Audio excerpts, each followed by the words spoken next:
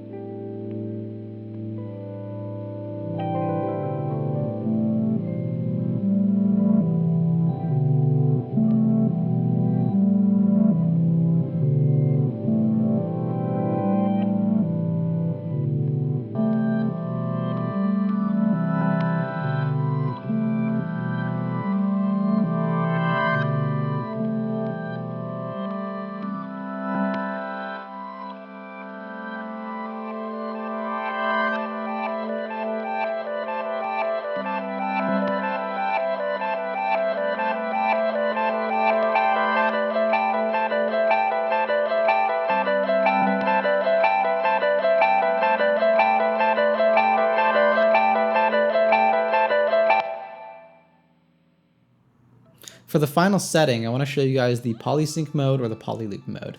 So this is sort of the namesake of the pedal, and it's really cool. Essentially, it allows you to run 2 loops in both channels that are of different lengths. For example, in channel 1, you could have a loop that's set to something like 4/4 time, and in channel 2, you could have something set to something like 3/4 time. And in the polysync mode, this will allow both loops to sort of be synchronized to a common division. So with that being said, let's check it out.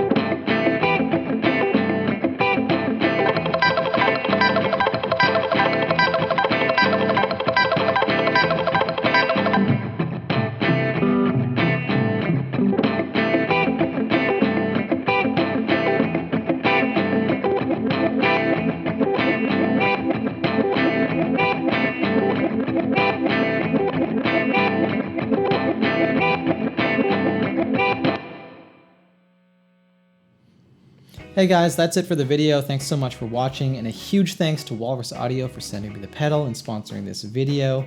I've left a link in the description below where you can find out more about the pedal and where you can buy it.